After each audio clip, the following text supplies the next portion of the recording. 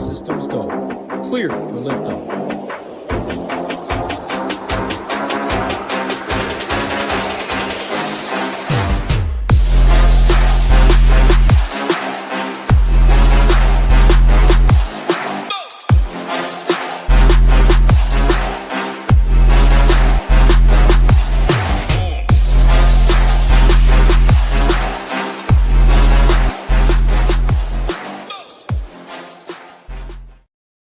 What is going on, Ship It Nation YouTube station? Back with my guy Gyiraszin. I'm on the go, so we're operating off one screen here, making it happen for the people in the chat. Appreciate you you tuning in here, Gyiraszin. We got 7 games right on DraftKings. Wednesday, obviously, usually there's a bunch of day baseball. There's an afternoon slate. DraftKings just says screw it all. We're just going to go with the standard start time or close to it, and FanDuel likes to do a bunch of random crap. So 7 games on the main DraftKings slate should be a pretty good one from a weather standpoint. There's a couple weather spots. Miami at Atlanta, little bit of worry there, not too bad. And then the Twins and Royals, a little bit of a worry there too, which does stand out because Twins do look like the, on paper, best spot on the slate. We know how that works out, so we'll talk about it. But I'll bring you in, man. What's going on, brother? Happy to be back with you. I know I wasn't here yesterday. Bellman filled in on my travel day yesterday, so we're finally set up shop here in Orlando, and looking forward to breaking down this 7-game slate with you. What's up, brother? Yeah, man. Always fun to talk some ball with you and all the fellas here over at Ship It. But yeah, down there in Orlando, huh? You got that one of them fancy Airbnbs. I mean, that seems like all there is anymore. Down in Orlando, it's fucking Airbnb Central down there. Was just down there not too long ago myself. Matter of fact, Nates, tomorrow I will not be here with Matt as I am leaving in the morning to go to a up north river tubing trip with like 20 of my friends. Wife's 50th birthday. That's what she wanted to do, was have a weekend party, and that's what we're gonna do. So looking forward to that. But yeah, we had a big game slate yesterday. We got a weird slate today. What 11 games on FanDuel. They're starting early, 6:35, and then we got 7 over here on DK. So definitely interesting. All the dust is kind of settled out of the trade deadline. I know I haven't got to speak to you yet, being a Brewers fan, me a Tigers fan. I'm kind of anti-Scooble at this point. I just not really like the fact how he left. And, you know, and if it wasn't for him opening his big fat mouth that he was only going to sign with the Dodgers, maybe a team like the Brewers or the Rays or somebody else would have had a rightful chance to try to trade for him. But that's the landscape of baseball here at this point. But, yeah, I mean, Tigers are young. They're going to go for it. You know, here in the next year or two, I would assume, add maybe some guys. We'll see, but they got a pretty decent core. But, I mean, we saw a lot of names move, a lot of teams, you know, change some players. Dell goes over to Cleveland. You know, we saw, you know, I mean, there's just all kinds of things that happened. So kind of interesting time here in baseball. But, yeah, we're starting to see some of these, you know, these prospects coming up. You know, we had Max Clark coming up out of the gate. Man, he looked really good at his first couple games, and he was like min price on all the sites. We had George Lombard yesterday, who comes up for the Spankies. Boom, boom, hits a bomb his first damn game. So, you know, he was real cheap yesterday. So something is to think about as we move along. You know, some of these prospect guys getting a chance here toward the end of the season, get some good value here on the slate. So definitely something that I look forward to. But yeah, pretty interesting slate here, Nades. We got 7 games to take a peek at, but you know, pitching isn't all that great. I mean, we got Mr. Skeens here, who hasn't looked too good in his recent form, but yeah, I mean, interesting one for sure. We don't have the biggest of names out there here today, as far as you know, some strikeouts go that you'd be concerned about. Yeah, I mean, really interesting, and I'm not sorry the Dodgers lost in a row. That's kind of funny. Yeah, no. So, do you got me? Is it me or is it you? Check. Can you? Is it Gyiraszin or is it me? Yep. Chat. All right, you got me. Know. Okay. I'm wired. Yeah, I'm hardwired, and it's probably not me. Okay. Yeah, I'm on this Wi-Fi here. So, yeah, no, the Scooble stuff. I saw the Brewers offered up Pena, and then one other for sure, top 100 prospect. And I know the talks are obviously 3 prospects, right? The Brewers were out willing to, and they were kind of the front runner until Dodgers emerged late, right? With the news of Ohtani might not be able to pitch all the time, things like that, right? And then Screwball opens his mouth and says, I was going to go to the Dodgers anyways. Dodgers were going to buy him in the offseason anyways. So, I mean, it makes sense, but I'm kind of glad, to be honest, the Brewers didn't punt off a ship for a 3-month rental. I mean, it would have still been hard to beat the Dodgers anyways in the playoffs when Glasnow comes back and Blake Snell, right, at full health and that roster. And I mean, who knows, right? Everyone's an injury away anyways. So kind of glad because the Brewers, like the Tigers, right, do have a very young core and tight-knit group, and they do still have the best record in baseball, right, with kind of the guys they have, right? So Cooper Pratt, another young guy that came up earlier, he's starting to rake. You mentioned Lombard. He's been crushing. Max Clark's been raking since he came up. We're going to have a lot more prospects, I think, coming up, especially when we get the added rosters right before the playoffs. Things like that. So definitely interesting for DFS. And usually you find some nice value guys, right? Because DraftKings is usually slow to the click. I mean, Max Clark's been raking and he's 3,100, right? Cooper Pratt had like an incredible July.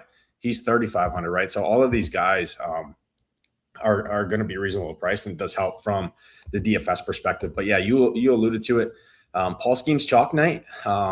Pretty interesting spot. I mean, everyone, just because the pitching is weak, just wants to go to Paul Skeens. I know he has 7+ strikeouts in each of his last 4, but at that price point, at that ownership, in a pretty tough matchup, not just because I'm a Brewers fan, it is realistically, it's a pretty tough matchup for any starting pitcher. I know I played some Jarrett Jones last night. He was kind of cruising, and then they jumped on him, right? So Skeens is definitely going to be the talking point when we do talk pitching here. I'm going to go ahead and pull our Stone 2.0 up on the screen here.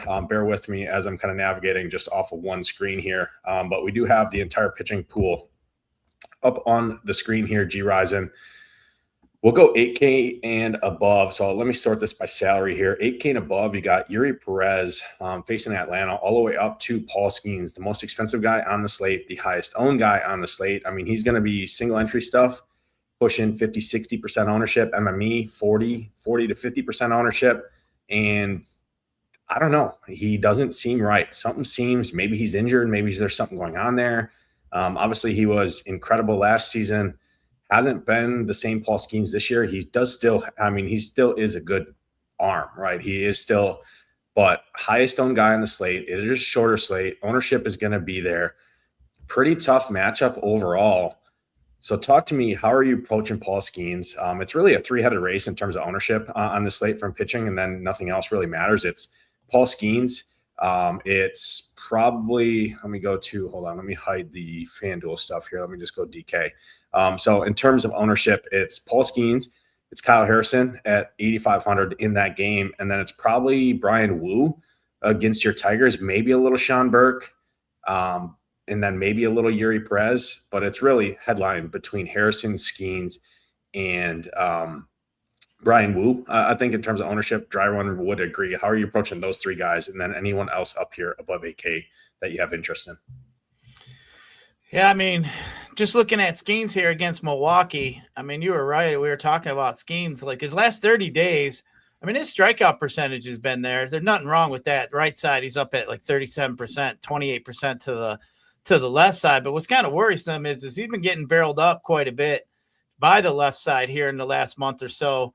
Barrel percentage at 10.6%, ground ball rate pretty low, fly ball rate almost at 28%.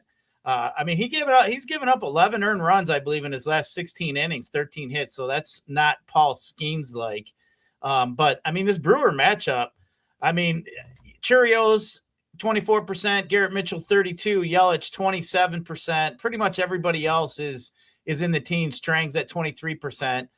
So I mean, he doesn't have too many strikeout bats over here with the Brewers. And then you also then look at the matchup here, and I mean, he's also an underdog. So you're going to have the highest owned pitcher is going to be an underdog as well. So I think that is definitely something to be said. So, I mean, usually I play 2 or 3 teams on FanDuel.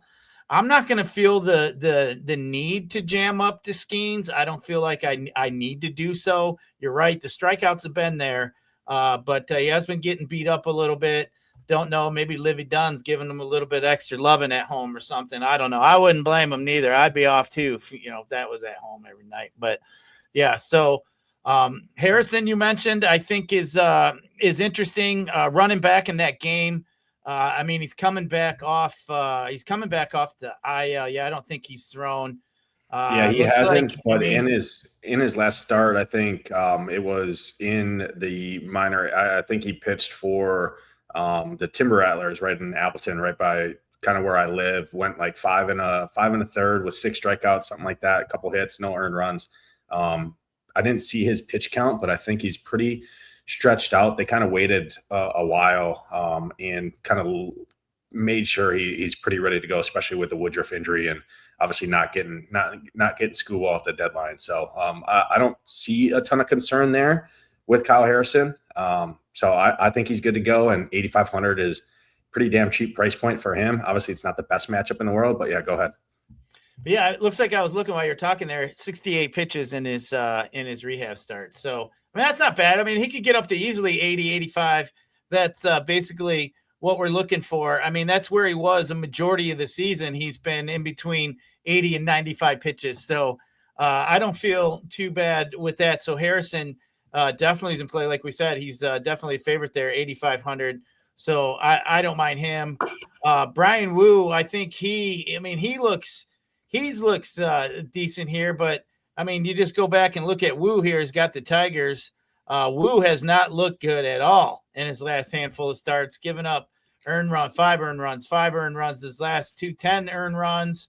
I mean, it's been 2 or 3 here quite a bit. I mean, just kind of looking at the Tiger game. I mean, you're looking to, I mean, you got an over under of 7.5 with Drew Anderson pitching back for the Tigers. So the Tigers here with a pretty low run total, 3.5. Wu strikeout rates have been down a little bit to the right side in his last 30 days. Overall to the right side, he's at 25.5%, 24% to the left side. Wu gets barreled up, it gets hit a little harder by lefties. Fly ball percentage at 33% for the left side. We do know the Tigers, McGonigal, Green, Clark, Torkelson, but I just don't think this is really the spot I want to try to jam out there in Seattle. I think Wu is decent. His K prop's decent. It's sitting at 6.5 here tonight. So with that being said, I think that's interesting. The Tigers do have some Ks over there in that lineup. Torkelson, 32%. Clark's known to strike out as well. He had a bunch of strikeouts in the minors. But yeah, I mean, McGonigal don't really strike out. Torres 20%, Dingler 21, Keith 20, Javi 20. So, I mean, there's some strikeouts to be had there for Wu. That 6.5 strikeout prop, I think, is fairly interesting. Anderson against Seattle, I'm not going there. I think Burke against Boston, but dude, I just feel like it's like shooting yourself in the foot trying to play against the Red Sox here in recent times. Like the Red Sox haven't been fucking around. Like they've been pretty good here in recent times. Obviously, winning a bunch of games, but Yuri Perez against Atlanta, I don't overly love it, but I could see. I mean, I could see maybe if you wanted to look at that. I don't like that matchup at all. 8,300, I think is a little bit much. I really don't like the upside with the Ks he's gonna have. Man, Will Warren. I mean, I know he's a little bit below 8K. I think he's tough for me. He's got a bunch of lefties. I mean, I think it's tough. Rogers, I'm not really interested in here. I mean, for me up at the top, I mean, I think Skeens would be in play. Wu's in play, like you mentioned. Harrison, I think I could stretch to, maybe trying to take a chance on somebody like Rogers if you wanted to go there. I mean, maybe Burke if you wanted to get there. I don't love it because I don't like the matchups. I just don't think pitching is overly strong here today. And the guy that's going to be the most highly owned, I think you can poke some holes in him. So I think I'd rather take some chance, especially in tournaments with some pivots, maybe build my lineup out and see what I kind of have left and kind of go from there. But yeah, I mean, obviously on FanDuel, you got to be perfect with your pitcher choice with the 1, But 2 pitchers tonight, I think it's going to be fairly tough. But I think a lot of people, as you mentioned, they're going to see Skeens there. And I mean, like I said, he's an underdog.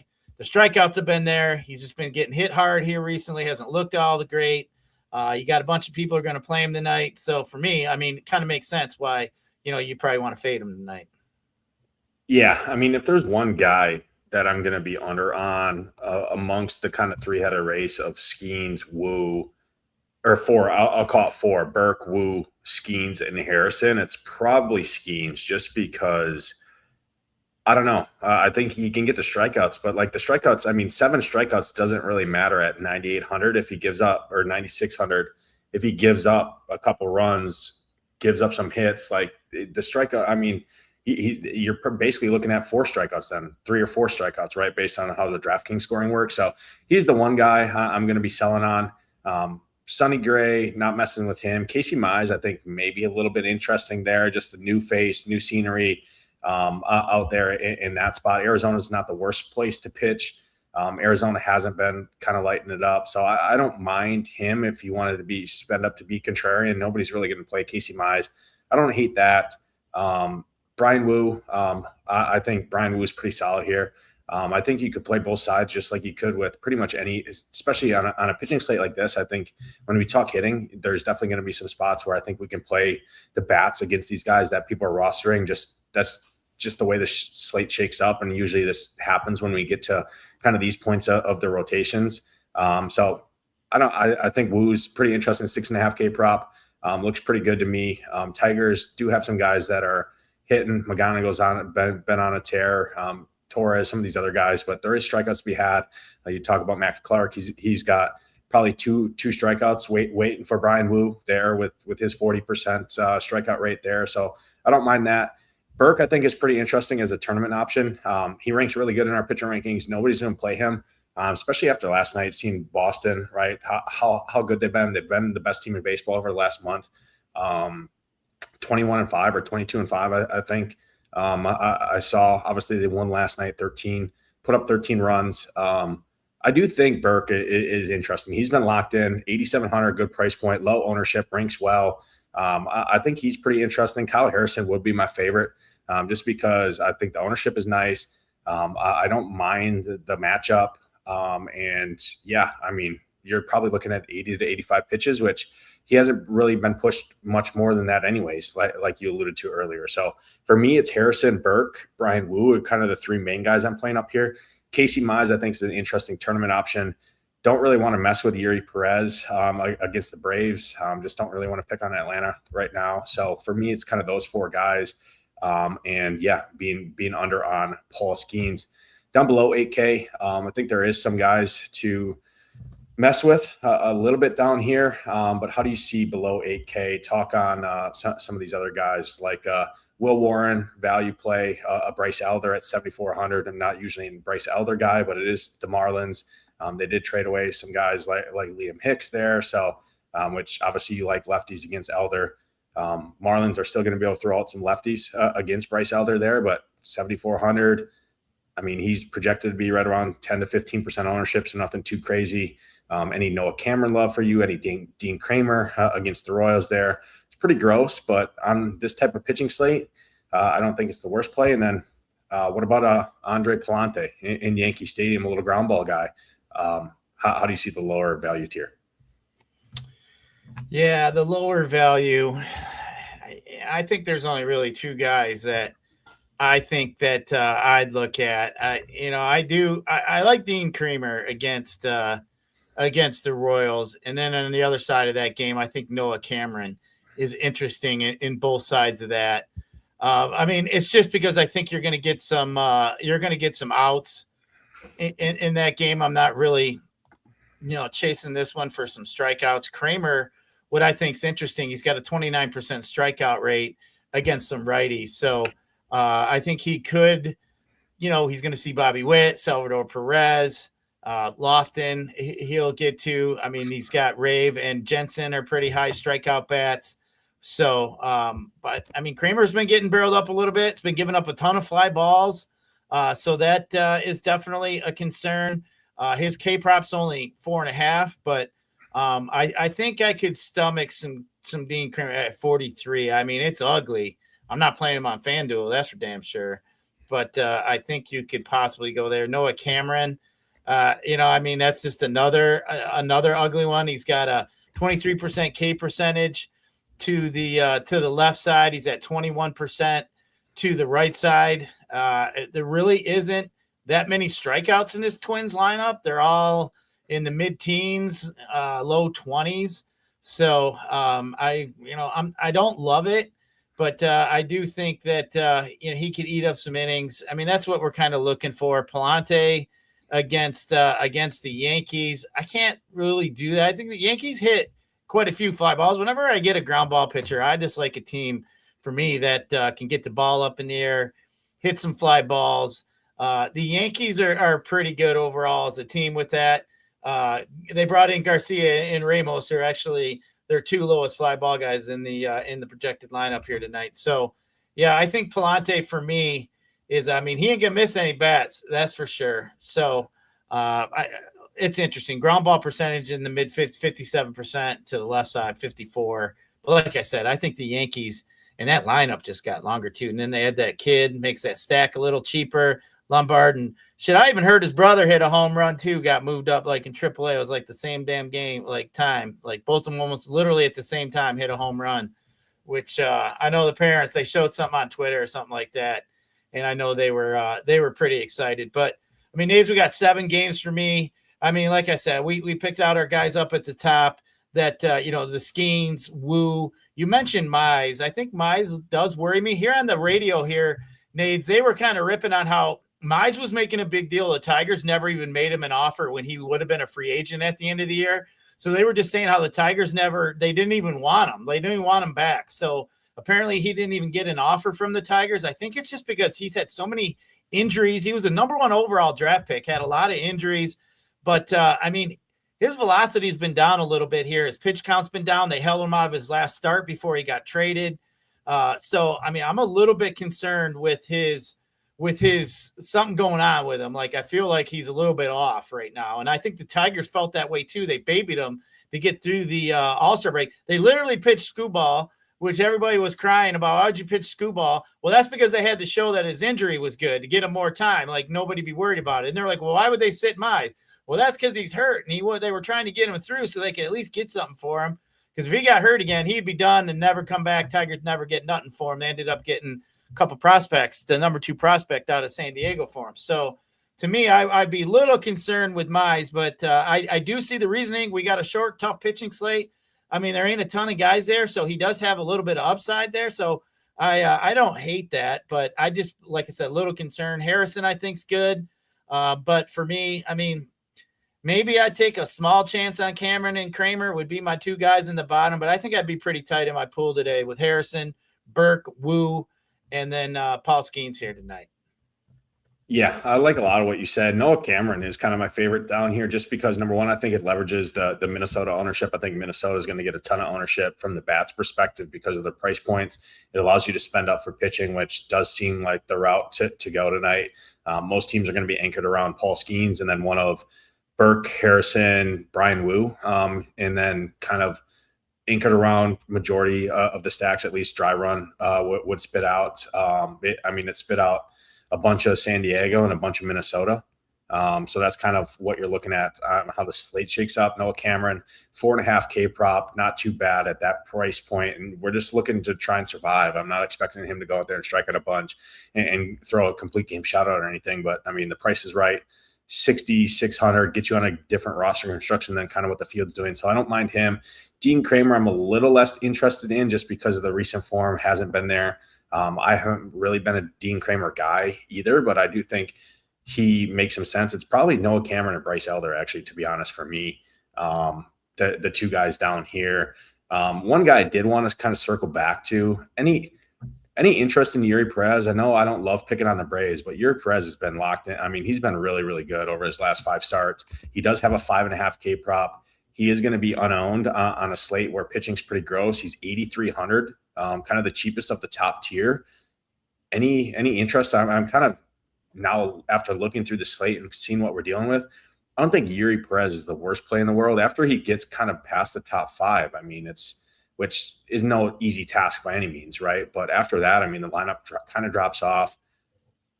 Any interest in him? I mean, the props are pretty solid on him. I know he doesn't rank the best in our pitcher rankings, but as an unknown guy, I don't think it's the worst play in the world.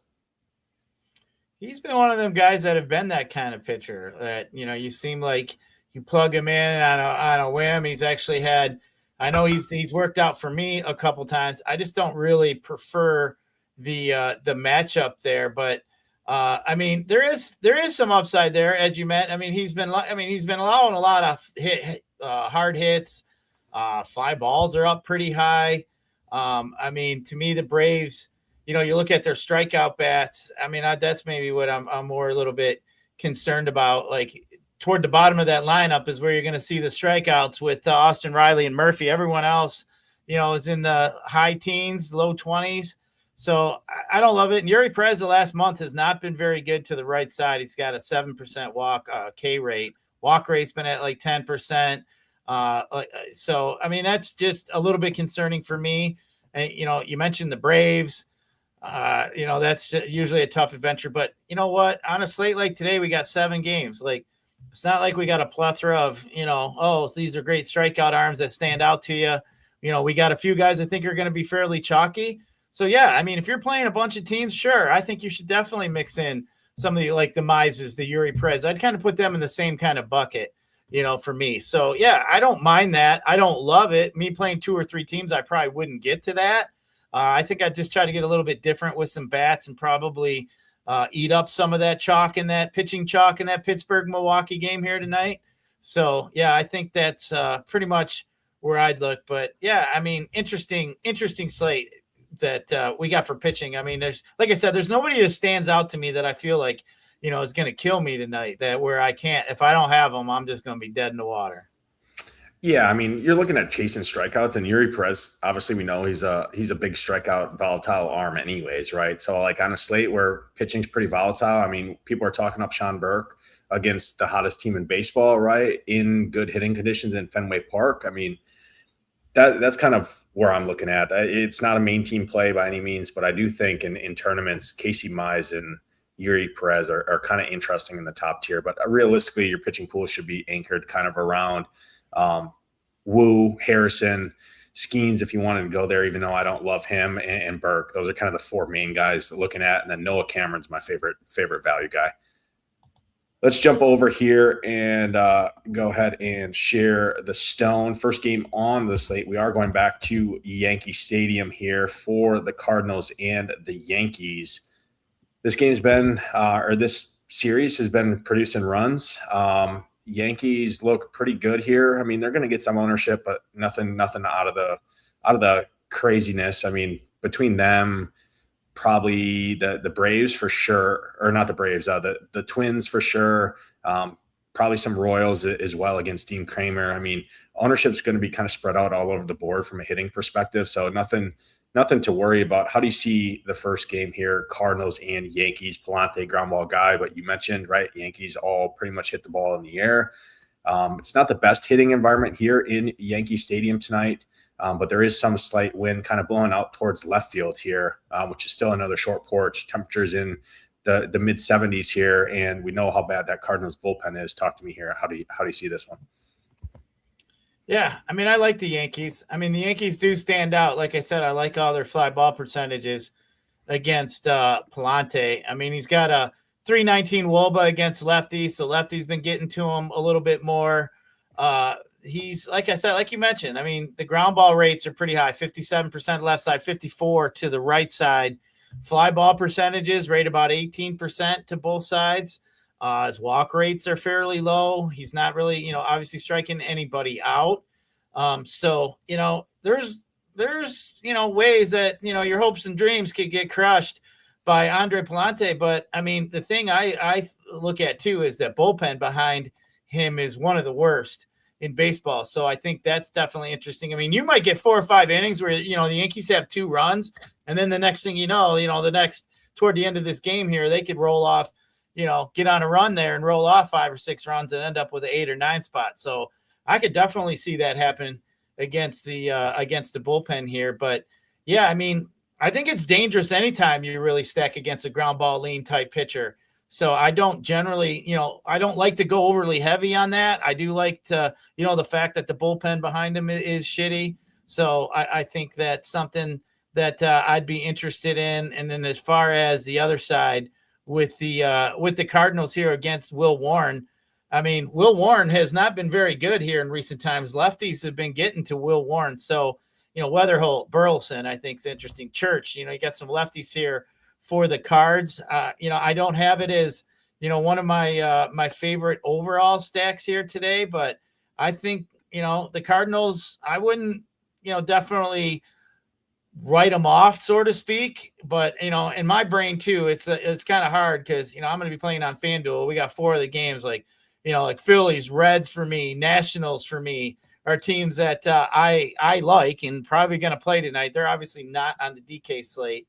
But, I mean, like I said, Will Warren has not been very good against some of the lefties. So I don't mind it. It's not in my favorite. But, yeah, I think the Yankees, though, are a good stack here tonight. But, man, I'd lay caution to that ground ball pitcher we got in Plante.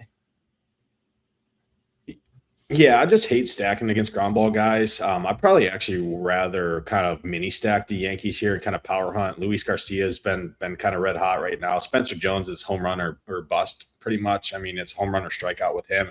But Trent Grisham's been locked in. So I think like a Trent Grisham, Luis Garcia little mini stack, or going to the back half and punting with value like Ryan McMahon, Austin Wells, Lombard, something like that. Jazz after his pimp shot last night.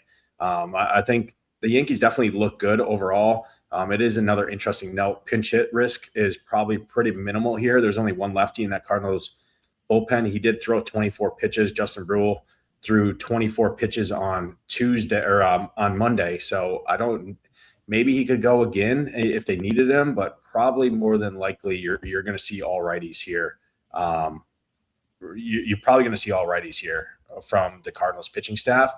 I just do worry a little bit into ownership against a ground ball guy. I know Palante's not a great pitcher by any means, but I mean, he's fairly serviceable real life pitching arm. But that Cardinals bullpen, man, is miserable. So even if Palante goes out there and gets you his 5, even 6 innings, I mean, you could still see 3 innings of that bullpen where the Yankees could go crazy at the end of it. And then Cardinals side, you mentioned Will Warren hasn't been the best. I think he's still priced too high for me, for my liking, on the slate to use him. I think you could if you wanted to. From a pitching aspect, I'd rather just drop down with some of those other guys we talk about. But, man, the Cardinals been miserable against right-handed pitching lately. Jimmy Crooks, I think, is a nice little value play. Obviously, Alec Burleson now getting back another start coming off his 3 home runs on Monday against Cam Schlittler, of all things. Will Warren's not Cam Schlittler. He does allow some power and to the left side. So Jimmy Crooks, I think, is a value guy. Like I said, Burleson, Weatherholt, Nathan Church, some of these value guys, but more so if my interest is here, it's definitely more on the Yankee side. And I actually prefer kind of just power hunt, and that Grisham, Luis Garcia looks pretty interesting to me up at that top there. Takes us to the best hitting environment on this DraftKings slate in Fenway here. White Sox, Red Sox. Red Sox did their thing last night. Talked about it pretty much the whole show. Red Sox been the best team in baseball, red hot right now. Sean Burke is a good arm. He's been pitching really good this season. Good arm meets a great offense. I think this game is pretty interesting, but I definitely have a lot of interest in the White Sox in this one, attacking Sonny Gray. I'm not a Sonny Gray believer. I think the White Sox are pretty damn interesting here. Full 9 inning at bats in this hitting environment with the wind blowing out here in Fenway. Murakami looks good. Vargas has been great all season. Benintendi, Antanasi. I think it's kind of interesting here. You're talking about another ground ball guy in Sonny Gray. But again, this team all hits the ball in the air for the most part on the White Sox side. And they've been one of the better offenses in baseball against right-hand pitching pretty much all season long. So talk to me. How do you see this one? Yeah, as far as the Red Sox go against Sean Burke, I mean, that doesn't seem like a winning adventure. I mean, his last 11 out of 13 games, he's given up 2 earned runs or less. So that's definitely concerning. I mean, he just doesn't get hit around. So If the Red Sox get to him, they do. I don't see it. You get to the other side of this game. I think it's interesting. Murakami against a righty, any righty is interesting. This dude's been absolutely crushing right-handed hitter. I mean, we got a 430 WOBA, a 353 ISO against righties. Gray, as you mentioned, is a ground ball lean, 47% basically left side. Right side, we're looking at basically 50%. But, I like the fly ball percentages we see, except Braden Montgomery and Chase Medroth are about the only two that I'm concerned. Murakami's got almost a 43% fly ball rate against righties. I mean, that's impressive. So I think he's definitely a guy you could look at a one-off. Vargas as well, Colston Montgomery, they're pretty close to 38%. So I do like it. I don't love it like as one of my top stacks. I think you could power hunt Murakami. Like I said, I mean, dude, any righty Murakami has definitely got to be in a conversation. So, I mean, interesting. White Sox have been, one of the darlings, them and the Nats, a few teams that have kind of come out of nowhere. I just don't think that this is really the spot for it. But yeah, I wouldn't full stack, maybe mini, maybe pull off some, one-offs. I think it would definitely be different. And it does have some upside, that's for sure. I do like the Yankees more than the White Sox, though. Yeah, I definitely think the Yankees are a better overall stack, but the ownership's also going to say that as well, right? So I do think in tournaments, the White Sox are pretty damn sneaky, pretty damn interesting, and I would not be shocked to see the White Sox do some damage here against a declining Sonny Gray and aging Sonny Gray. I did want to talk about the Red Sox a little bit. Sean Burke does look like obviously he's been good. He does look like a pretty solid pitching play tonight here. He does get hit in the air, right, to your fly ball concern. Abreu's been pretty solid. He hits the ball in the air. He's been really good against right-handed pitching. I think he is kind of interesting. If you want to ride the heater with a guy like Nick Sogard and Jarren Duran, I think you could add those guys in there. But I definitely more on the White Sox in this one than the Red Sox here. And hopefully Sean Burke can go out there and stop this immovable object here of the Red Sox offense. And I know our guy Wombat in chat keeps continuing to say Red Sox best team in baseball. The issue for me is it's August, not October. Red Sox are peaking at a little bit early. I don't foresee them keeping this rolling the next 2 months here leading down the stretch, but I guess we'll find out. Next spot here, Marlins and the Braves, Truist Park here in terms of hitting environment in this one. Going to be fairly warm in Atlanta. Temperatures in kind of the low 80s, upper 70s. Marlins in town here. Marlins not the best bullpen. Yuri Perez, Bryce Elder. I mean, Bryce Elder is pretty gettable.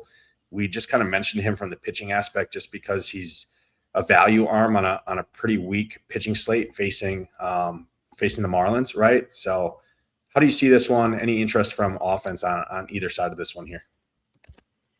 I mean, when you look at Bryce Elder here, as far as like some of the Marlins go, I mean, Elder has been getting hit around here in the last 30 days. He hasn't looked very good. He's been getting barreled up by righties. He's at a 19% barrel rate, K percentage down to 16%. He's been getting barreled up by lefties at 10% too. So ground ball percentages are a little lower than normal to the left side. I mean, Elder hasn't been the greatest. So, but I mean, the Marlins are just hard to stack. That Braves bullpen is just good too. So I think that's something that I'm a little bit concerned about. I just have the Marlins a little bit too far down. If I was interested in anything, I'd probably look at some lefties. Maybe Griffin Conine up at the top of that lineup would be interesting with his 414 WOBA against right-handed pitching. Maybe Stowers up at the top of that lineup. I think that's maybe something I could look at. Now, on the other side, Atlanta against Yuri Perez, I think I like Acuna up at the top of that lineup. I think he's interesting. Olsen isn't a bad play either, but I think Acuna is a guy that I'd look at. I think he'd be a good one-off. Maybe if you want to swap out a high-priced outfielder and another stack, I think maybe I could look at some Acuna. We know he steals bags. He's Ronald Acuna. He's my favorite Brave, actually. I do like to watch the Braves. Acuna, I wish could stay healthy. I'd like to see what this guy can do throughout his career. But, yeah, I think he's a guy that I could look at playing. I don't really love the Brave stack here all that much. But, I mean, I think I'd full stack the Braves or maybe just kind of use Acuna as a one-off. Yeah, I like that. The Marlins, yeah, the issue here is, I mean, the Braves have 4 lefties in that bullpen, and they're really good. So guys like Stowers, Conine for sure, pinch hit, Casey. I will say Joe Mack is pretty interesting as a catcher. 3K. This dude's been mashing baseball, especially against right-handed pitching. So at a 3K catcher position, I don't think Joe Mack's the worst play. But yeah, I don't love stacking either side of this game, really. I mean, Baldwin, Acuna, Olsen, Harris, Albies, that top 5, you can always play anytime they're on the slate. Yuri Perez can get wild at times, but he has a big strikeout arm, and I don't love that. So yeah, more kind of minis here, and I am worried. I just don't like stacking against good bullpens, especially a rested one at that. Braves bullpens pretty rested. Iglesias probably unavailable, but they're other lefties, so you're talking a bunch of pitch hit risk for a lot of these Marlins, which does make it worrisome to me. Pirates, Brewers, next game, Harrison, Paul Skeens. If I had to pick a side, surprise, it would be the Brewers, but not just because it's just, I mean, Paul Skeens, I think, is going to single entry stuff, going to approach 60% ownership just due to the way the slate shakes up and the name recognition alone. His strikeout's been there, but he hasn't been great. I just don't love their price points here on the Brewers bats. I'd rather play the Yankees at similar price points overall. But Garrett Mitchell, Jake Bowers would be my favorite guy. Just 4,700 dual position eligible, power kind of all over. But this is another game from offense that I don't love. Kind of the nature of the slate here. It just seems like a kind of wide open slate. So if you have conviction on a spot, I suggest just going in on it because it seems like a lot of blah across the slate from both the pitching and the hitting aspect. But how do you see this game here in Milwaukee? Yeah, I mean, it's got the lowest total on the slate sitting at 7. Generally don't like playing teams in situations like that. But, we did mention Skeens has been getting beat up a little bit, here in recent times. If you wanted to take a shot at somebody, maybe Turang up there at the top of the lineup. I mean, Skeens been getting built up at almost 11%, 10.5% by lefties recently. So I wouldn't get overly excited about it. Maybe a one-off here or two if you wanted to get a little bit of leverage off Skeens, who will probably be the highest owned pitcher. As far as Harrison goes, like we said, just came back off the IL. We're not sure what we're really going to get for him as far as on the hill, but I just don't think this is a spot either for me to really want to go after this Pittsburgh lineup that, it looks more minor league-ish than not. So I'd prefer Harrison in this spot here, but yeah, I don't have any love for really any Pirates. And like I said, maybe I could throw in a one-off maybe against a high-owned pitcher, but I'm not going to get excited about either one of these offense and not much here. Yeah, I will say Valdez finally got back on his horse last night, hit a bomb. I think he was after he went absolutely unconscious for a couple weeks there. He cooled off, I think 60-some plate appearances. He was god awful, but got back on the horse last night. Historically hits lefties really hard. So at 4,300 is a one-off on the Pirates side. Don't think that's the worst play if you're not playing Kyle Harrison, who's going to be one of the most popular pitchers on the slate. Don't think that's the craziest. And then, yeah, Turang, Bowers, just kind of power hunting. Cooper Pratt, if you need 3,500 at a shortstop, he's been hitting the ball pretty well. But, yeah, don't love either side of that game from offense. Takes us to the next one here, which I do think this is one of the better offensive spots. The Royals going to be one of the more popular teams on the slate, if not the most, just due to the salaries here. They did get Bobby Witt back in this lineup. Dean Kramer has not been good. The Twins, I think, are kind of interesting as well, but I did think Noel Cameron's pretty interesting just as a value arm on this slate. How do you see this one? This is one of the better offensive spots just due to the nature of the slate that we're dealing with. Any interest in this one? I generally don't, I've said it over and over, generally don't like to play the Royals, but on a shorter slate like this, I don't mind picking on Dean Kramer. He's got a high fly ball rate, that's for sure. I don't mind it at all. I think you could definitely go there. I prefer the lefties against them. So, Carter Jensen, Caglione, Massey. Maybe I'd look there, as you mentioned. They should be fairly cheap. It's just like I always feel like the Royals just don't have enough power to get me over the hump for the most part. So I think maybe more. I'd like more of mini stacks. I get it. I always do like when the industry is leaning toward the Royals because I just feel like generally it's a full pass for me. But I mean, what we're looking at here on the slate, Yankees. We talked about. I mean, the Twins. We talked a little. Well, we talked about. So, I don't know. I don't overly love the Royals here. The Twins we're going to get to with Noah Cameron. I mean, he's been pretty wild here recent times, especially to the left side. He's got a pretty high walk rate. So I think that's they're going to have Ryan Jeffers sitting up there in that 2-hole. He's somebody that definitely stands out here tonight for them. I mean, he's got a 33% fly ball rate to the left side. To the right side, he's got almost a 28%. He's getting barreled up almost 11% to both sides of the plate.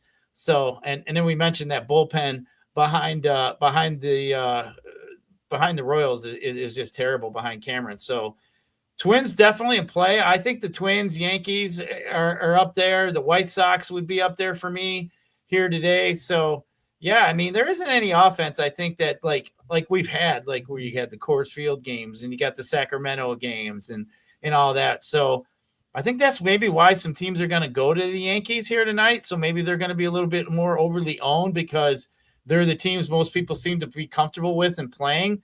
So I think taking a shot on, some of these other squads is definitely interesting. And I wouldn't mind this one. We got a game total sitting at 8.5, which is tied for the lead. I mean, we got 3 games at 8.5, 4 games at sitting at 8.5, and then you got the one at 7.5 and 7, and one at 8. So, yeah, I mean, there isn't anybody that really stands out. I think both of these offenses are in play. I think probably depending on who you talk to, I think some people like Kansas City more. Some people might like the Twins more. I like the Twins more than I like the Royals. So you can leave it at that. Yeah, I also like the Twins more just because Kansas City's bullpen is god awful.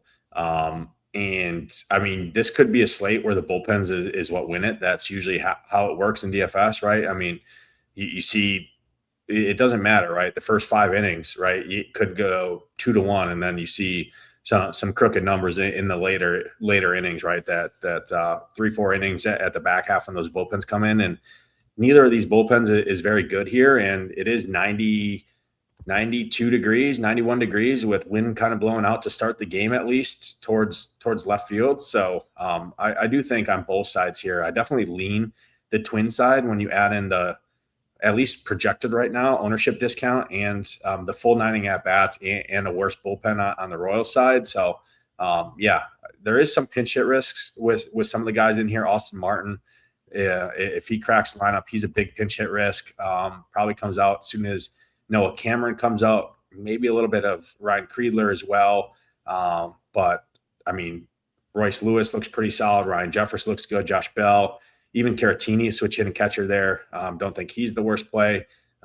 So yeah, I do think this is one of the best offensive spots of the night and definitely the best hitting environment, kind of right up there with Fenway. Slight edge to this spot as well. Next spot on the slate, Tigers and the Mariners. Brian Wu, Ty Madden. Not. I mean, I'll let you talk about him. Not great in my opinion, but he's not gonna. It's gonna be kind of more of a bullpen game here. I think from the Tigers. Brian Wu has not been good lately, but I mean, this ballpark. I think if on a slate like this, Gyiraszin, where offense isn't kind of cut and dry. I mean, you want to ride the hot hand of guys like McGonigal, Max Clark, like you said, has some upside, even though he does strike out a bunch. Riley Green, Colt Keese, more of a platoon guy, pinch hit risk there for him. Glaber's been actually really good. Dingler. I mean, any interest in your Tigers on a slate like this? I mean, usually I hate playing this ballpark, but on a slate where nothing really stands out. I mean, you could look at 6, 7, 8 runs, something like that, as the winning high scoring team. And I think the Tigers could do that here, but talk to me here. How do you see it? Well, yeah, we definitely don't like the park for one. I mean, we talk about that quite a bit. I mean, the one thing I think the Tigers have going for them in the last 2 weeks, the Tigers have the highest basically they've been the best hitting team in baseball. I mean, their OPS is 881, slugging percentage 509. They've been pretty good. 18 homers in the last couple weeks here. So the Tigers, on top of the board. So I mean, with that alone, I like to play teams that have been playing pretty well. You look at Wu; he's got 2 games here in his last 2 starts where he's given up 5 earned runs. So he hasn't been great. That's for sure. So I could see it. I don't overly love it. Like I said, I'm playing on FanDuel. There's a bunch of offenses that are not on the slate that are on DK. So I got the Tigers way off my radar over there on FanDuel, but I can see the reasoning why here. I think maybe more for some mini stacks. If you're looking at that, I think that's pretty much the way, that I'd want to go. Maybe kind of look for some lefties here against Wu. Strikeout percentage a little low. His fly ball percentage is about 10% higher to the left side than to the right side. So yeah, the McGonagalls, Riley Greens, Max Clarks. I think those would be the guys I'd look for. But yeah, I don't love it. As far as the other side with Madden, I mean, that's pretty much just going to end up being, he's just going to end up going through the lineup maybe once. I don't expect him to go too long. So I think you're going to see Drew Anderson end up is going to come in. I mean, this is the Tigers missing Screwball and Mize. They took 2 of the 5 guys out of their lineup, out of their starting pitching rotation. So this is the game here. It's going to bite them a little bit in the ass. I don't really like any of the I don't really care for any of the Mariners here, but I mean, we got a game total 7.5. I think it would be, for me, it would be kind of pressing, especially like I said, me playing more on FanDuel. But yeah, I mean, like I said, I love to play a hot hitting team. You're getting the hottest hitting team in baseball that have put up multiple 7-8 run games here in recent times. And I mean, they were saying something about their like plus over under on runs, and the Tigers are like plus 70. They like have been just on fire, absolutely scoring a bunch of runs here in the last few weeks. So that would be a reason why I think I'd consider him and leave him in, especially because we haven't seen Wu at his top form here in recent times. Yeah, I mean, you look at the last month against right-hand pitching for the Detroit Tigers, 268 ISO, team strikeout rate under 20%, WOBA over 400, and that's 407 plate appearances. So I mean, I think it's pretty interesting. A low-owned Tigers on a slate where there's not really, you're not fading a Coors Field, you're not fading a Sutter Health Park, you're not fading a Yankee Stadium or a Wrigley Win game. I mean, great hitting environment in Yankee Stadium. Like, you're not really fading massive team totals. I mean, there's a bunch of team totals all grouped around each other. So in regard like that, I mean, I don't think it's the worst play in the world, and you got full 9 innings to do it. And yeah, you're right in the hot hand. So Max Clark, Dingler, Torres, Green, Colt Keith, Torkelson, all of these guys that have been really good. McGonigal have all been really good against right-handed pitching. So this is the type of slate to. I was gonna say, I'll bring up something real quick, not cut you off, but I was just sitting here looking at the last 2 weeks. Dude, the Royals are going to get ownership. They've scored 42 runs in the last 15 days. The Tigers have scored 85, literally double. Like, yeah, you know what I mean? Like, I mean, that right there, I think, says quite a bit. So I do like the fact, more I think about the Tigers being a little sneaky, just because, man, they've been hitting the baseball good. Man, they got, the young kid comes up, like like they got rid of Screwball. Maybe he's just an asshole anyway. They didn't like, you don't know, man. But they've been hitting really well here in recent times. So I think for that reasoning, I think I would I definitely keep him in my pool. And Wu is going to be like, I mean, Wu's going to project it right now 35, 40% owned. So, yeah, I mean, I think in tournaments, this is definitely a tournament slate for me because it's kind of wide open and all over the board. I don't really have a ton of conviction on one spot. So I definitely have some interest in some of these Tigers here. Last game on the slate, it is the Padres and the D-backs. Padres look really good. This is your chalk of the slate because Mitch Brad is horrendous. Padres have actually been pretty solid. They're starting to hit. They're starting to come to form. Ty France, I mean, I don't know what happened to this dude. He's turned into peak Barry Bonds right now. I mean, this guy is insane. Padres look really good on paper here. And maybe if you're playing the Padres, maybe this is a spot where you go to like a Sean Burke, you go to like a Casey Mize, and you pair up like a Casey Mize with the Padres here. And maybe the D-backs just end up punting this game, right? You go with one of those lower owned pitchers. You don't go in, you don't play the Brian Wu, you don't play the Paul Skeens, you don't play the Kyle Harrison, and the pitchers that everyone's going to play and play the Padres because their price points allow it. Maybe you pair up Casey Mize with the Padres, get a little different that way. Padres look really good. They look like the top stack on the board. Is it going to come to fruition? I'm not sure. We'll have to find out, but it does look pretty good. I never like playing a chalky Padres team. I just haven't been a Padres guy all year anyways. But they do look really good. Jackson Merrill, France have been – I mean, Jackson Merrill has been probably the hottest hitter in baseball. One of them. It's lefty-lefty, which you don't love. But go ahead and how do you like this one, Padres and D-backs? Yeah, I don't know what the hell happened there. My damn internet, I don't know what's going on. Either way, Padres, D-backs, I don't know. I mean, Mitch Brett hasn't been looking all that good here, but, I mean, he's got more of a fly ball lean. And I don't mind, some of the righties. Machado, I think, would be interesting for the Padres. I think, you could maybe look at maybe Ty France here, Tatis at the top of that lineup. So I do like some of the righties up at the top. I mean, you look at Bratz, man, there's a lot of red on there, man. I mean, he's been getting beat up all over the place. K percentages are low. His walk percentage is pretty high to the righties.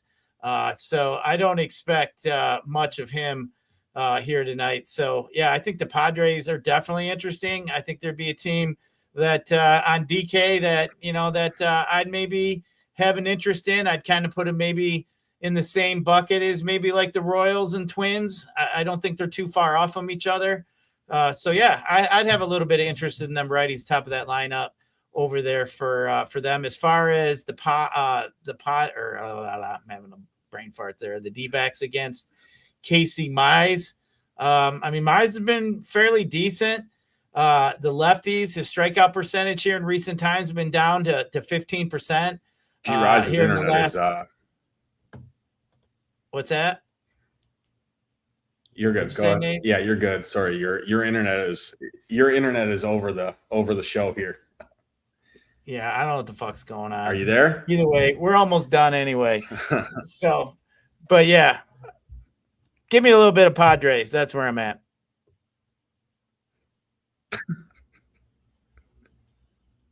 I can hear you clear as day. Yeah. I don't know what's going on, but we made it through. We limped to the finish line here. Go ahead and try and give your top three pitchers, your top three stacks, and a home run call if you have one. I'll do the same and close this out. Yeah, I mean, pitchers for me, like I said, I got some Skeens. I'd probably have some Harrison. I mean, even though I did like some Tigers, I think Wu, as you mentioned, going to get some ownership. I think you could look there, a little cheap guys, maybe Cameron and Kramer if you want to get there, but that's like some whiskey type plays. As far as stacks go here tonight, I'm going to say some Yankees are definitely interesting. I think the White Sox, Royals, Twins, Padres, I think are interesting on DK for me. On FanDuel, I think Phillies, Reds, Nationals are my top three favorite teams that I'd like today. As far as a home run call, I'm going Murakami. All right, I like that. My favorite pitchers, I'm going to go Kyle Harrison. I'm going to go Sean Burke. And then I will go I'll go Noah Cameron. My offense, I'm going Yankees. I'm going Twins, and then White Sox. Those are kind of the three I'm looking at there. My home run call, I'm actually going to go to the Braves. I'm going to go to Drake Baldwin. Spend up to be contrarian catcher, 4,800 hitting leadoff here. I think he gets one. If it's not against Yuri Perez, I think he's still a viable candidate. The whole game there, I do like me some Drake Baldwin. That's going to do it. Appreciate everyone tuning in. Hit that like button, hit that subscribe button. Helps us out a ton. Gyirasin's going to hopefully ship a tournament so he can get some better internet than I got at this Airbnb here. But for Gyirasin, I'm Nate. Good luck tonight in those contests. We'll see you next time. We're out of here. Peace.